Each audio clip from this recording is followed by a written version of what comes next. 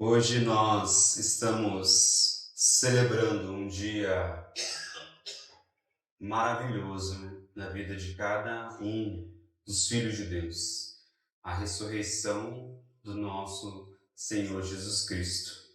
E para isso nós preparamos um culto um pouquinho diferente. Gostaria que a gente abrisse nossas Bíblias lá em Lucas 22, e nós leremos versículos 7 a 13 agora. Versículos 7 a 13. A palavra de Deus fala assim: Chegou o dia da festa dos pães sem fermento, e em que era necessário fazer o sacrifício do cordeiro pascal.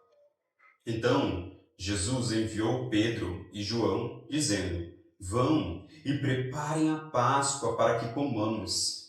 Eles perguntaram: Onde o Senhor quer que a preparemos? Jesus lhe explicou: Ao entrar na cidade, vocês encontrarão um homem com um cântaro de água. Sigam este homem até a casa em que ele entrar e digam ao dono da casa: O mestre pergunta: Onde fica o aposento no qual comerei a Páscoa com meus discípulos?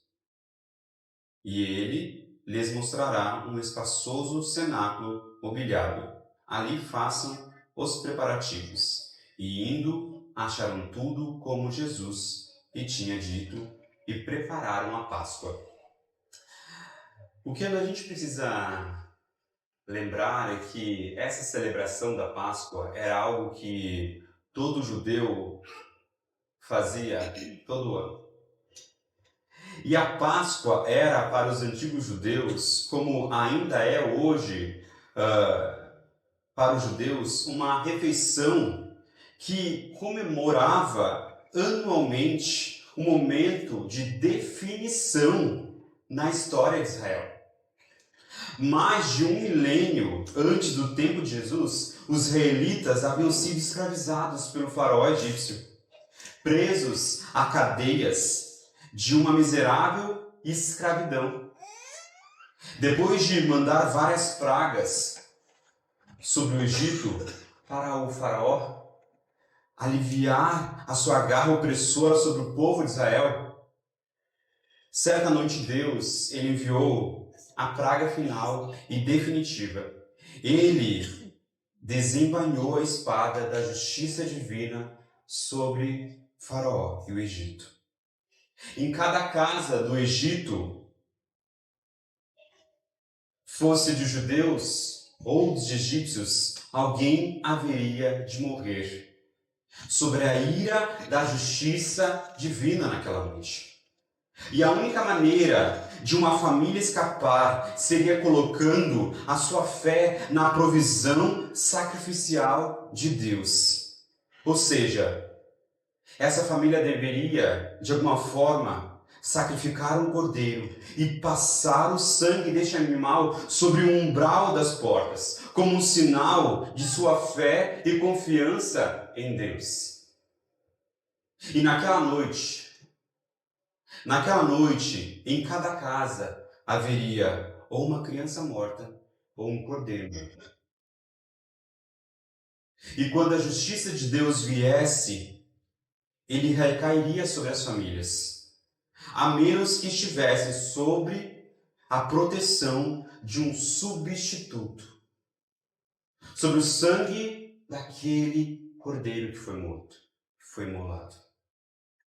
Aqueles que tivessem aceitado a proteção do sangue do cordeiro, a morte daria livre passagem. Páscoa.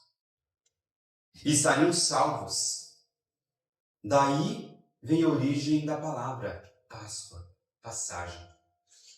As pessoas, elas foram salvas unicamente naquela noite, com base na fé do sacrifício de um substituto. Foi assim que Deus libertou os israelitas, guiando-os para a liberdade, para a terra prometida, a terra que ele havia prometido, e nós temos visto a Abraão, o seu pai. E a cada ano, essa refeição da Páscoa, onde eles comem um cordeiro, o pão sem fermento e ervas amargas, eles comemoravam a libertação do Egito. A libertação do povo de Israel da opressão do Egito, que havia sido o momento mais importante na vida de Israel como nação e como povo.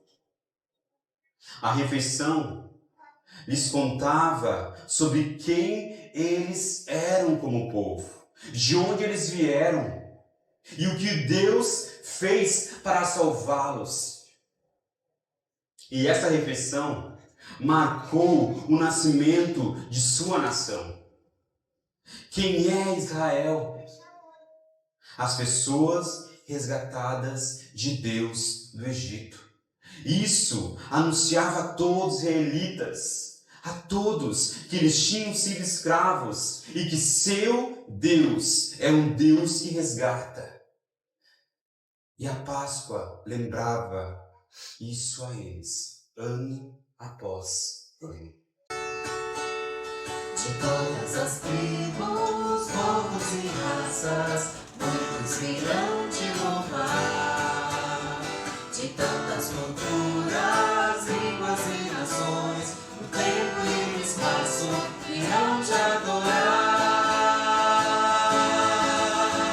Bendito seja sempre o Cordeiro, Filho de Deus, raiz de Davi.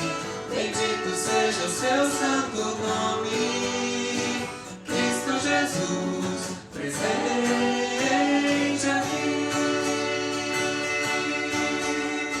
Inimigos comprados, grande multidão, muitos irão te louvar. Povo escolhido, teu reino e nação, no tempo e no espaço irão te adorar.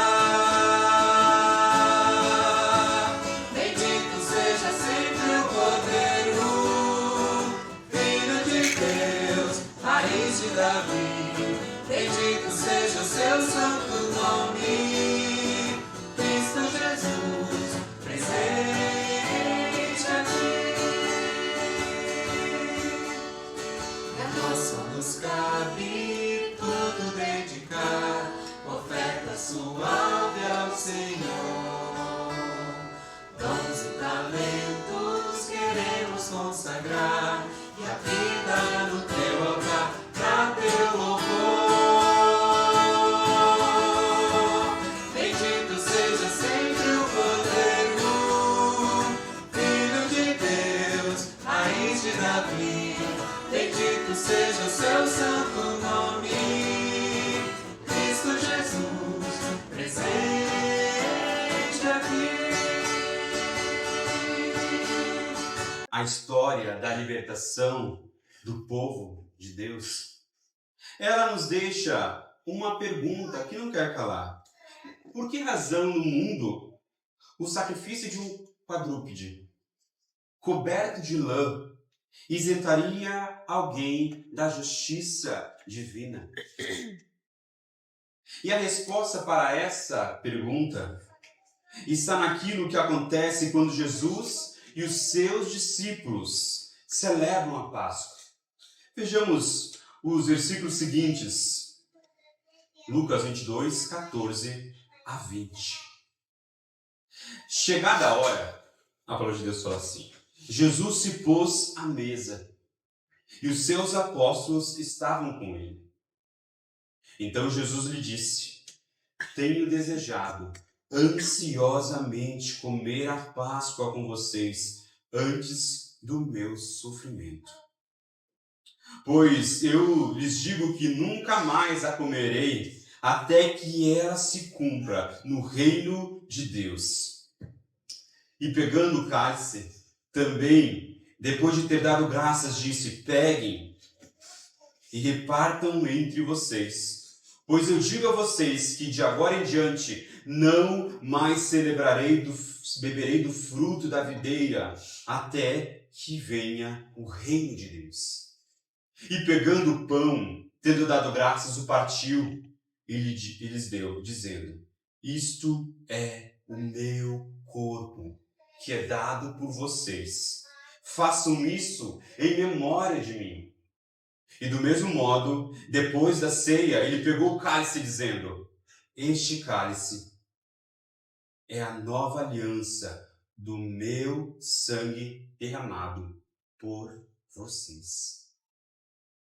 Imagine só o espanto dos discípulos quando Jesus, abençoando os elementos e explicando o seu simbolismo agora, ele sai do roteiro que vinha sendo repetido de geração em geração, em cada celebração de Páscoa.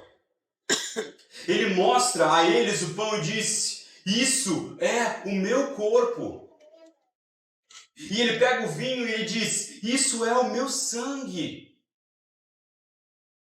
O que isso quer dizer? Os seus discípulos estavam pensando. O que isso significa? O que o mestre está dizendo? E com essas palavras, meus irmãos, Jesus aqui está ressignificando a Páscoa para eles. Ele está dizendo que todos os livramentos, que todos os sacrifícios anteriores, que todos os cordeiros pascais apontavam para Ele mesmo. Jesus disse: é dado por vocês, é derramado por vocês. Não somente por nós, como se fosse para o nosso benefício, mas por nós, por nossa causa. Por quem nós somos pecadores. Cristo derramou seu sangue. Cristo feriu a sua carne por nossa causa. Porque nós éramos inimigos de Deus, merecedores da ira de Deus, pecadores, dignos da morte. Deus, meus irmãos, Ele precisa punir o pecado. E a punição do pecado não é um arranjo arbitrário de Deus, mas faz parte da constituição de um bom governo moral. Deus, Ele nunca se desviou disso e Ele nunca se desviará. Em Êxodo 34:7, Ele fala: de modo algum inocentarei o culpado. E todo aquele que pecar é digno de morte. Jesus fala. Cristo, portanto, Ele veio e Ele foi punido no lugar de todo o seu povo. No seu lugar. No meu lugar. No lugar da sua igreja. Ele morreu por nossa causa. Foi em nosso favor. Incontáveis são as almas pelas quais Jesus, Ele derramou o seu sangue e moeu a sua carne.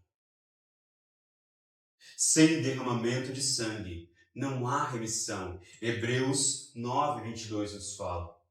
Não havia promessa de remissão baseada em esforço futuro ou profundo arrependimento. Sem o derramamento de sangue, o perdão nunca viria. Nós continuaríamos nos esforçando para tentar seguir uma lei que nós nunca conseguiríamos seguir. Sem derramamento de sangue, não há remissão. Não há perdão dos pecados.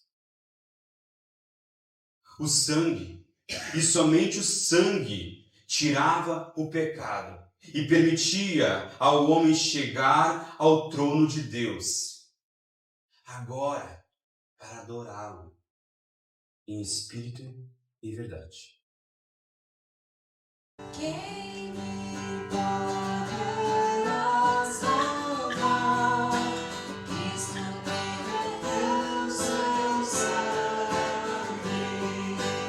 onde as bruxas vão brincar, só no seu precioso sangue.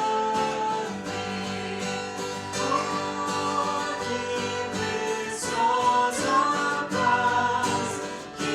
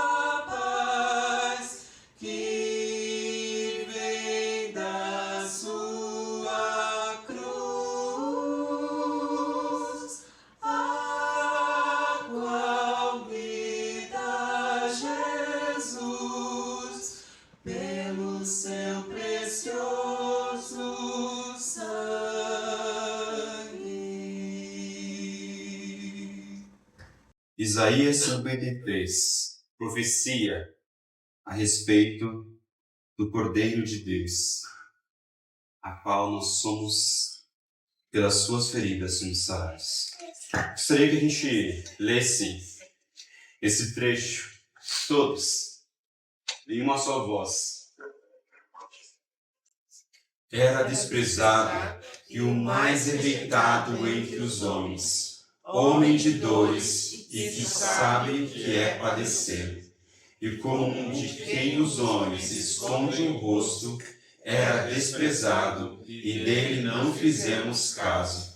Certamente ele tomou sobre si as nossas enfermidades e as nossas dores levou sobre si. E nós o considerávamos como aflito, ferido de Deus e oprimido. Mas ele foi transpassado por causa das nossas transgressões e esmagado por causa das nossas iniquidades. O castigo que nos traz a paz estava sobre ele, e pelas suas feridas fomos sarados. Todos nós andávamos desgarrados como ovelhas, cada um se desviava pelo seu próprio caminho. Mas o Senhor fez cair sobre ele a iniquidade de todos nós. Ele foi oprimido e humilhado, mas não abriu a boca. Como um cordeiro foi levado ao matadouro, e como ovelha muda diante dos seus tosquiadores, ele não abriu a boca. Permanecemos de pé e vamos louvar a nosso Deus. Ó Deus, me sondas, conheces-me,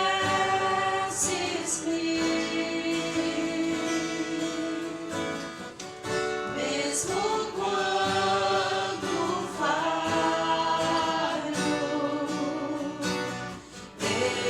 eu sei, me amas. Estás presente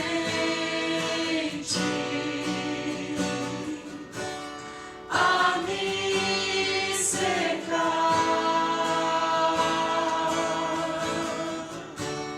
em todo tempo. Eu sei, me amas. Eu sei, me amas.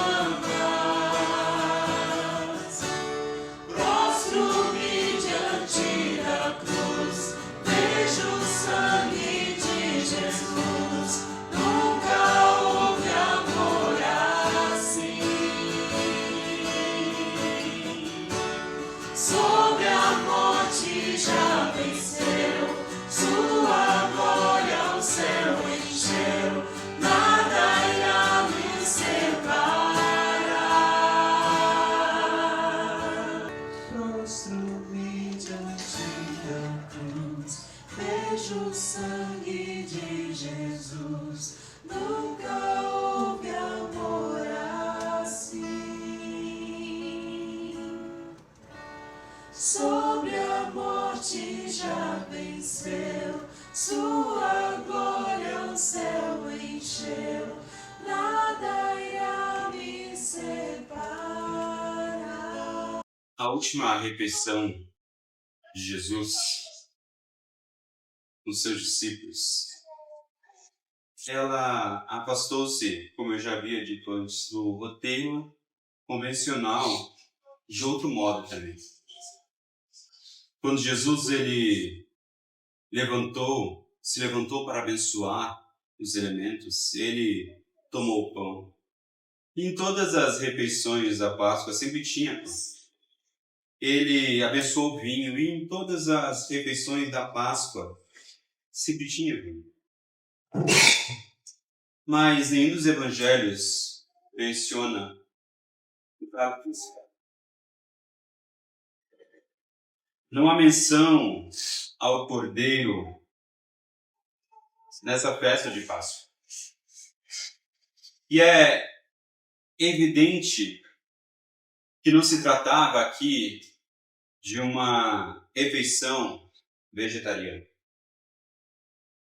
nem vegana, claro.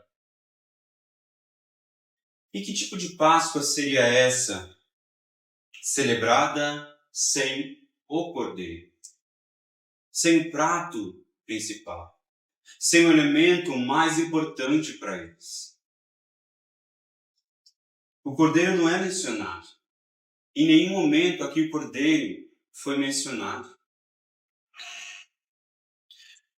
Não havia o cordeiro sobre a mesa, porque o cordeiro estava à mesa juntamente com eles. Jesus, ele era o prato principal. Essa é a razão pela qual João, quando ele encontra Jesus pela primeira vez, ele declara: este é o Cordeiro de Deus que tira o pecado do mundo. Em João 1:29. Jesus é o Cordeiro de Deus que tira o pecado do mundo. Ele é o nosso Cordeiro pascal. E é também por essa razão a qual nós lemos já Isaías 53, no qual o profeta ele escreve sobre o Messias dizendo: mas ele foi transpassado por nossa causa, por nossas transgressões, e ele foi esmagado por causa das nossas iniquidades. E o castigo que nos traz a paz estava sobre ele. E sobre as suas feridas nós somos sarados. Todos nós andávamos como ovelhas, cada um se desviava pelo seu próprio caminho, mas o Senhor fez cair sobre ele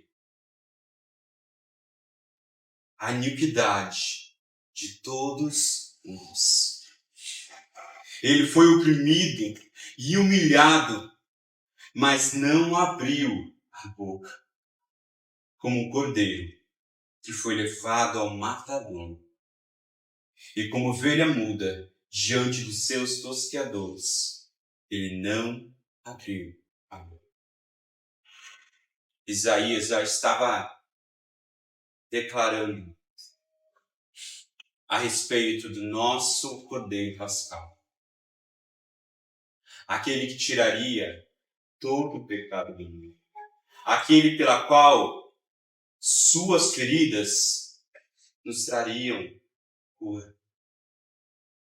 Quando Jesus ele declara: isto é o meu corpo na ceia do Senhor, isso é o meu sangue derramado em favor de vocês, ele está dizendo: eu sou aquele sobre o qual Isaías, sobre o qual João declarava, sobre o qual João falava, sobre o qual Isaías profetizava. Eu sou o Cordeiro de Deus, o qual apontavam todos os outros cordeiros. O Cordeiro que tira o pecado do mundo. Não haveria mais necessidade de cordeiros, porque eu sou o Cordeiro definitivo. Na cruz, Jesus, ele recebeu aquilo que nós merecíamos receber. O pecado, a culpa e a condição decaída do mundo recaíram sobre ele na cruz. E ele nos amou tanto que tomou sobre si a justiça divina para que pudéssemos ter livre passagem, Páscoa, para sempre. Pois vou libertar o êxodo definitivo e trazer a libertação definitiva da escravidão. Foi isso que Jesus fez. O êxodo definitivo.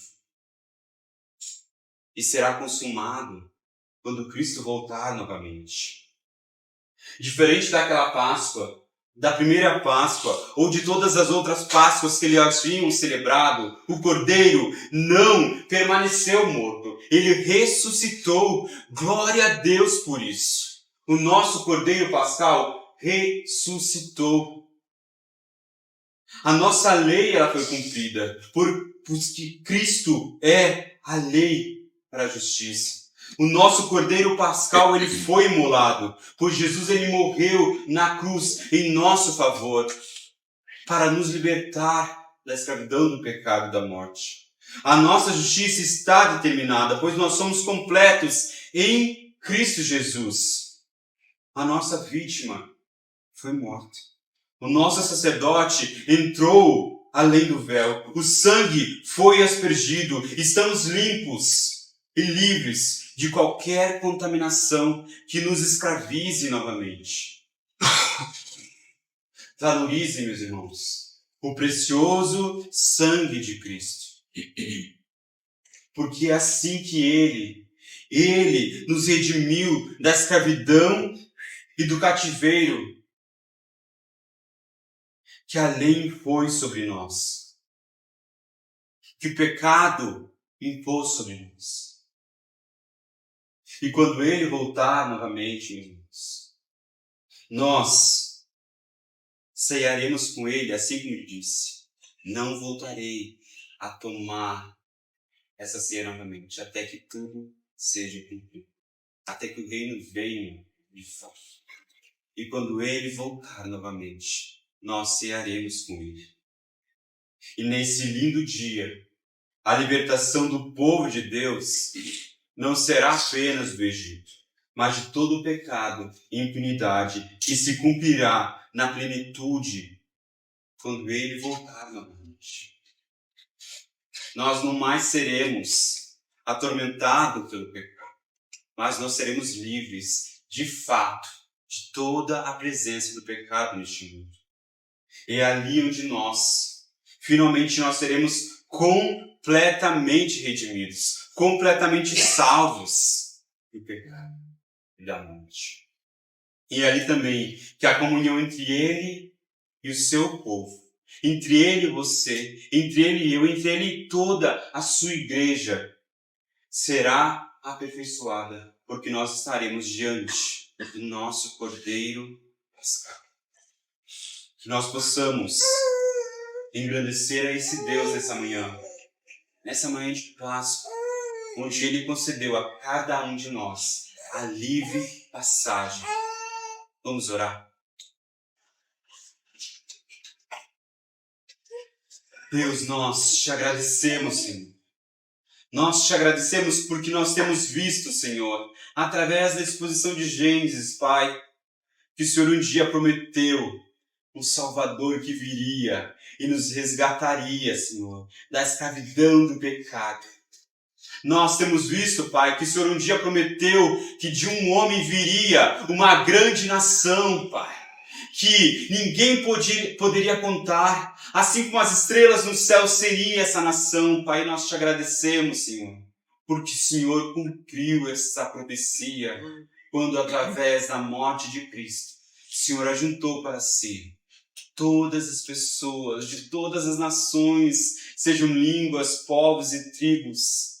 O Senhor resgatou, Pai, para si inúmeras pessoas. Pessoas essas, Pai, que não estarão mais sobre a escravidão do pecado, sobre a escravidão do Egito, sobre a escravidão desse mundo, Pai, mas estão libertas, Senhor, da escravidão do pecado sobre as suas vidas, Senhor. Nós te agradecemos, Senhor, porque Tu és o nosso Cordeiro Pascal, que tira o pecado do mundo. Nós te agradecemos, Senhor, porque era para nós estarmos, Pai, pendurados naquela cruz. Porque o pecado era meu, o pecado era nosso. Mas pelas suas feridas, nós fomos sarados. Pelo nosso Cordeiro Pascal, que o sangue aspergiu sobre a cruz do madeiro, nós fomos sarados e tivemos livre passagem. Agora para ter um relacionamento pleno contigo, Pai. Nós te agradecemos por isso, Senhor. E nós te agradecemos também, Senhor, que nessa manhã nós não comemoremos apenas a morte do Cordeiro, mas comemoramos porque o nosso Cordeiro não permaneceu morto, mas ressuscitou e vive eternamente e está nos esperando, Senhor, no qual nós cearemos com Ele nas bodas do Cordeiro, Pai, onde a sua igreja estará plenamente, Senhor, unida ao nosso grande noivo. Maraná. Ora vem, Senhor Jesus. Amém.